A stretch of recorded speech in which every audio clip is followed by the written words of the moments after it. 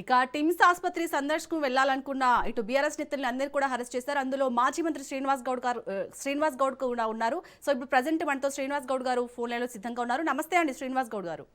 నమస్తే సార్, ఇప్పుడు ఈ హౌస్ అరెస్ట్ చేయడాన్ని ఎలా చూడాలి? మీరు అక్కడికి వెళ్ళి అంటే టిమ్స్ ఆసుపత్రికి వెళ్ళి ఏం చెప్పాలనుకున్నారు ప్రజలకి? ఇప్పుడు వాళ్ళు ఆరోపణలు చేసేదమ్మా. కేసీఆర్ గారు కట్టించింది. హరీష్ రావు గారు హెల్త్ మినిస్టర్ గా ఉన్నప్పుడు వారు కష్టపడి కేసీఆర్ ఆలోచన ప్రకారం కట్టించింది. ఆ ప్రభుత్వం ఆలోచన పేదవాళ్ళకు వైద్యం అందించాలి. 5 దిక్కుల్లో 5 హాస్పిటల్ ప్రపోజ్ చేయడం జరిగింది. ప్రతి జిల్లాకు మెడికల్ కాలేజ్ వైద్యమే దృష్టి పెట్టినాం. ఇక్కడ లోపాలు ఉన్నాయి సరైనటువంటివి. 80% కంప్లీట్ అయిన తర్వాత మిగతా 20% మీకు చెప్పలేదు. మీరు సరైనటువంటి వర్క్ చేయలేదు. చూద్దాం. మీరు చెప్పిన ఆరోపణలకు మరి కనీసం విజిట్ కూడా చేయొద్దా? విజిట్ చేయడానికి కూడా పోలీసులు నిర్బంధించి అరెస్ట్ చేసి ఎట్లా చూద్దామని అనుకున్నాం. చూసి అక్కడ లోపాలు సరి చేయాలని ఒక అనుభవజ్ఞుడిగా ఆయనకు ఉన్నటువంటి ఆ రోజు ప్రపోజ్ చేసినప్పుడు ఆయన ఉన్నాడు కనుక నేను ఇది రికమెండ్ ప్రపోజ్ చేసినా చాలా లోపాలు ఉన్నాయి అందులో అవన్నీ చూస్తా అని చెప్పి నువ్వు ప్రతిపక్ష నేతగా ప్రతిపక్ష పాత్ర పోసినటువంటి మా పార్టీ మేమందరం వెళ్దామంటే మమ్మల్ని అరెస్ట్ చేసేసి ఏం మీరు మాట్లాడద్దు, మేము ఏది మాట్లాడితే మీరు వినాలంటే ఎట్లా అవుతుంది? చూడడానికే వీళ్ళేది. మేము దాడి చేయడానికి పోవట్లేదు, లేకపోతే ధర్నా చేయడానికి పోవట్లేదు. అక్కడ వెళ్తాము, టిమ్స్ హాస్పిటల్కి వెళ్తామని చెప్పాము. వెళ్ళడానికే మీరు వీల్లేదంటే ఎట్లా? ఇవాళ ఆపుతారు, రేపు ఆపుతారా, ఎల్లుండి ఆపుతారా, రోజు ఆపుతారా? హాస్పిటల్ అది ఏమైనా మ్యూజియమా లేకపోతే ఇంకేమైనా ఇదా? ఒక బంగ్లాల నివాసమా, ముఖ్యమంత్రి గారి నివాసమా? ఏమన్నా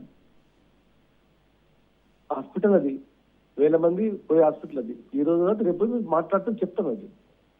అంతేగాని మీరు ఎవరు పోనీకి వీల్లేదని చెప్పి అరెస్ట్ చేసి నిర్బంధించి పోలీసులు పహార పెట్టి చెప్తామంటే అది ప్రజాస్వామ్యంలో అది చాలా తప్పది. వాళ్ళు కట్టిందే కాదు అది. వాళ్ళు కట్టినామంటే మొత్తం మేము కట్టినాము, మీరు చూడడానికి వీల్లేదంటే అది అర్థం ఉంది. కట్టింది మేము రిబ్బన్ కట్ చేసింది వాళ్ళు. మేము కట్టే బిల్డింగ్ దగ్గర మేము ఎట్ల ప్లాన్ ప్రకారం ఉందా లేదా, లోపల మేము ఎట్ల ప్రకారం చేసిందా లేదా, ఏమున్నాయి, ఇంకేం చెప్తాం అనేది కూడా చెప్పవద్దు మీరంటే నిర్బంధించి ఎట్లా ఒకటి మాట్లాడితే కేసులు, లేకపోతే నిర్బంధాలు, సోషల్ మీడియా వేస్తే కేసులు, ఇవన్నీ నడవవు. వాళ్ళు ఇవాళ ఆపొచ్చు, రేపు ఆపలేదు కదా, బరాబర్ పోతాం, ఏదో రోజు పోతాం గ్యారెంటీ. శ్రీనివాస్ గౌడ్ గారు, నిన్న సీఎం రేవంత్ రెడ్డి 10 ఏళ్ల పాలనలో వారు కొబ్బరికాయ కూడా కొట్టలేదు, పూర్తి చేయలేదు, బట్ మా గవర్నమెంట్ వచ్చాక పూర్తి చేసింది అనే సీఎం కామెంట్స్ ని ఎలా చూడాలి? అంటే ప్రజాపాలన అంటూనే ఇటు ముందస్తు అరెస్టులు చేయడం కాదమ్మా. ఈ ప్రజల్లో తిక్కోళ్ళమ్మా. ఎప్పుడు ఇనాగరేషన్ ఫోటోలు ఉంటాయి. ఇవాళ రేపు సోషల్ మీడియాలో కేసీఆర్ గారు టెంకాయ కొట్టింది, ఆ పెద్ద వివాదమైనటువంటి ల్యాండ్ పరిష్కారం చేసింది. అక్కడ 4 దిక్కుల మెదక్ నుంచి వచ్చే వాళ్ళకు, రంగారెడ్డి నుంచి వచ్చే వాళ్ళకు, హైదరాబాద్ నుంచి వచ్చే వాళ్ళకు దగ్గర అయిపోయింది. అక్కడ కరీంనగర్, మిగతా ప్రాంతాల నుంచి వచ్చే వాళ్ళకు, నిజామాబాద్ నుంచి వచ్చే వాళ్ళకు అల్వాల్ సైడు, నల్గొండ ఖమ్మం నుంచి వచ్చే వాళ్ళకు ఒక సైడు ఎల్బీ నగర్ లో, మహబూబ్ నగర్ ఇతర ప్రాంతాల నుంచి వచ్చే వాళ్ళకు ఇక్కడ గచ్చిబౌలి సైడు. 4 దిక్కుల 4 ప్రాంతాలు ప్రతి జిల్లాలో ఉన్నటువంటి హాస్పిటల్ స్ట్రెంత్ చేసుకుంటూ హైదరాబాద్ లో కూడా పెద్ద పాపులేషన్ ఉంది కనుక ప్లాన్ చేసి కట్టించుకుంటుంది. మేము కట్టలేదంటే నవ్వుతారు ఎవరైనా, అబద్ధాలు కూడా నవ్వుతాయి. ఇంత అబద్ధమా? ఎలక్షన్ల ముందు అబద్ధాలు మాట్లాడారు రవీంద్ర గారు, ఇప్పుడు ఎట్లా చెప్పండి? ప్రజలు చూస్తున్నారు, గమనిస్తున్నారు. ఎప్పుడు శిలాపలకాలు ఉన్నాయా? పేపర్లు లేవా? టీవీలు లేవా? గతంలో ఉన్నటువంటి న్యూస్ కనపడదా? వీడియోలు లేవా? అవన్నీ ఉన్నాయి కదా. ఈ కాలంలో, ఈ యుగంలో కూడా వాళ్ళు అన్ని అబద్ధాలు మాట్లాడి మేమే కట్టించిన మాకు ఆలోచన వచ్చింది.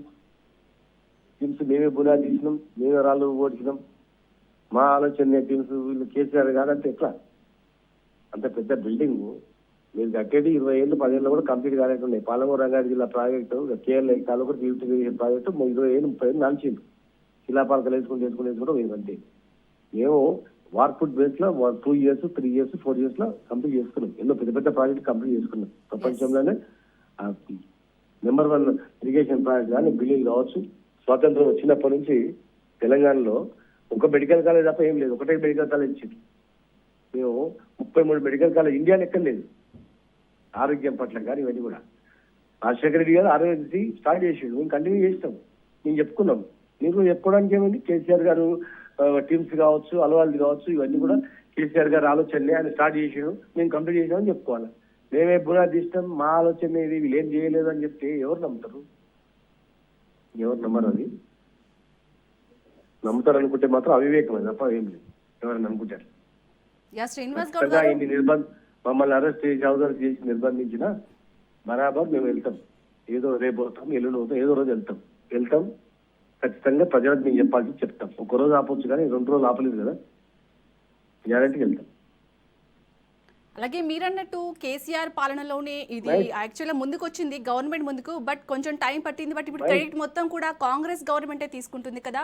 ఈ రోజైతే హౌస్ అరెస్ట్ చేశారో మిమ్మల్ని సందర్శనకు వెళ్లకుండా టిమ్స్ ఆసుపత్రికి. సో ఫ్యూచర్ లో ఈ అంశంపై ప్రజలకు తెలవాలంటే మీరు కార్యాచరణ ఏ విధంగా ఉండబోతుంది అనుకోవచ్చు ప్రతిపక్ష పార్టీగా? గ్యారంటీ ఇప్పుడు ఏదో ఇప్పుడు మామూలుగా అనుకున్నాం, ఇంకా ఎక్కువ చేస్తాం ప్రజలకు చెప్తాం. ఏం చేస్తాం? మేము ఫైట్ చేసి ధ్వంసం చేస్తామా, ధర్నా చేస్తామా, విజిట్ చేయొద్దంటే ఎట్లా చెప్తాం? జనం ఎట్లా జరగాలని జరిగిస్తాం. మేము చేసింది ఆధారాలతో సహా నిరూపిస్తాం, లోపాలు కూడా ఆధారాలతో సహా చెప్తాం, బరాబర్ చెప్తాం. కొత్తగా చేసింది ఏం లేదు ఈ ప్రభుత్వం. ఉన్నవి చేసిన దానికి కటింగ్ చేసుకుంటా మళ్ళీ చేసిన వాళ్ళని తిట్టుకుంటా ఉంటే ఎట్లా? ఎవరు ఊరుకుంటారు? ప్రజలు ఊరుకుంటారా? కేసీఆర్ కిట్ హాస్పిటల్లో ఎన్నో డెలివరీ అవుతుంది, కేసీఆర్ కిట్ బంద్ చేసింది. డెలివరీ పేజింగ్ ఆమె డెలివరీ కేసీఆర్ కిట్ తీసుకొని 2 నెలలు దుప్పటి దోమలు రాకుండా దోమతెర, సబ్బులు, నూనెలు బ్రహ్మాండంగా ఇంత అద్భుతంగా ఉన్న స్కీమ్లు బంద్ చేసిండ్రు. హాస్పిటల్లో మందులు లేవు, ఇంజక్షన్స్ లేవు, అస్తవ్యస్తంగా ఉంది. దాన్ని మెరుగుపరచుకోవడానికి పోయి మేము ఎవరిని కనపడకుండా మీరు వస్తే అంత దేశం గెలుస్తుంది, తెలంగాణ మొత్తం గెలుస్తుంది, మీరు రావద్దు, బయటికి వెళ్ళొద్దు, మీరు చూడవద్దు అంటే ఏముంటుంది? అట్లుంటుందా? 2 ఏళ్ళు ఇంకా ఉంది, ఓపిక పడుతుంటుంది. ఇక మరీ ఎక్కువ చేస్తే ప్రజలు ఎక్కడ వేరే దేశంలో ఏది మన శ్రీలంకలో, బంగ్లాదేశ్లో, తర్వాత నేపాల్ అయినట్లయితుంది. ఇక్కడ కూడా ఎక్కువ. రైట్, థ్యాంక్ యూ అండి శ్రీనివాస్ గౌడ్ గారు.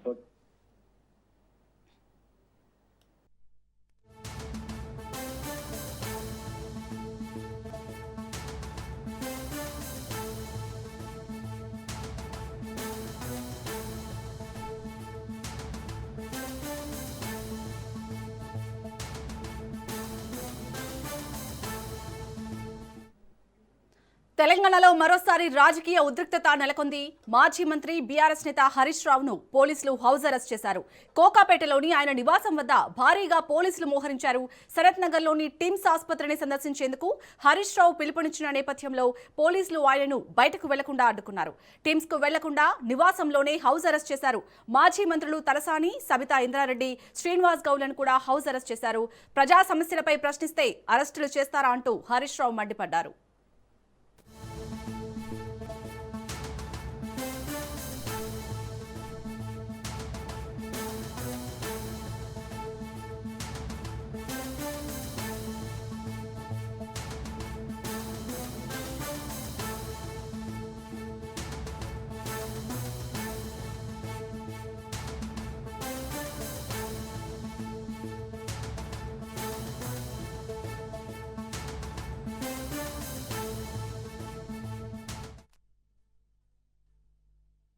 ఏమంటున్నారు పైసా?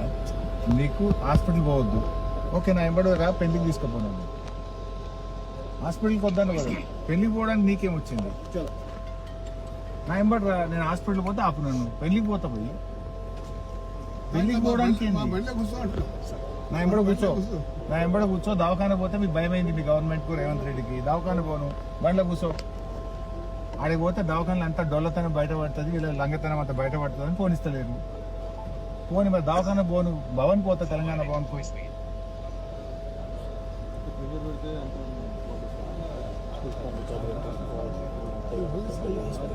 ఏ రమణ గౌడ్ సాబ్ లీవ్ లో పోయినా మళ్ళీ వచ్చిన పోయిందా నువ్వు? మళ్ళీ వచ్చినావు లీవ్ లో పోయి. నేను పెళ్లికి పోతానే, తెలంగాణ భవన్ పోతానే.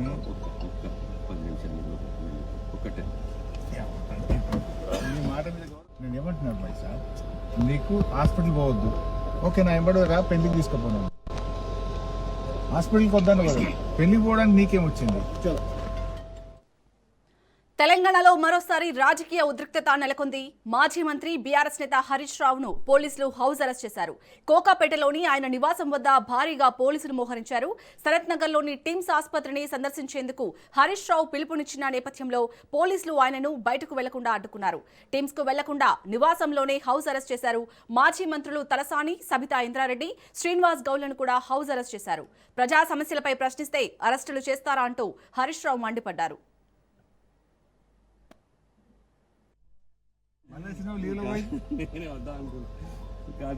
నేను పెళ్లికి పోతానే, తెలంగాణ భవన్ పోతానే.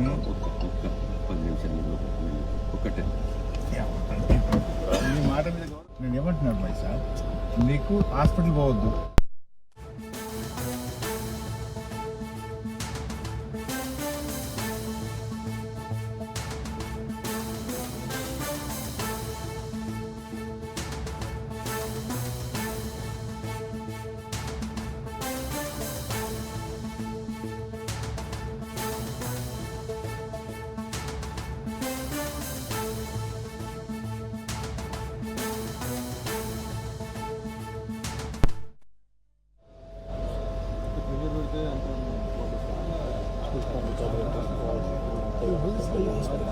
ఏ రమణ గౌడ్ సాబ్ లీవ్ లో పోయినా మళ్ళీ వచ్చిన పోయిందా నువ్వు? మళ్ళీ వచ్చినావు లీవ్ లో పోయి. నేను పెళ్లికి పోతానే, తెలంగాణ భవన్ పోతానే.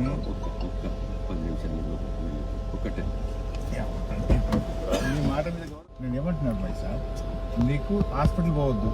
ఓకే, నా ఎంబడి రా, పెళ్లికి తీసుకుపోయినాను. హాస్పిటల్కి వద్దాను కదా, పెళ్లికి పోవడానికి నీకేం వచ్చింది? నా ఎంబడి రా, నేను హాస్పిటల్ పోతే ఆపు, నన్ను పెళ్లికి పోతా పోయి. పెళ్లికి పోవడానికి నా ఎంబడ కూర్చో, నా ఎంబడ కూర్చో. దవాఖాన పోతే మీకు భయమైంది, మీ గవర్నమెంట్ కు, రేవంత్ రెడ్డికి. దవాఖాన పోను, బండ్లో కూర్చో. ఆడికి పోతే దవాఖానలో అంతా డొల్లతనం బయటపడుతుంది, వీళ్ళ లంగతనం అంతా బయటపడుతుంది అని పోనిస్తలేరు. పోని మరి దవాఖాన పోను, భవన్ పోతా, తెలంగాణ భవన్ పోయి.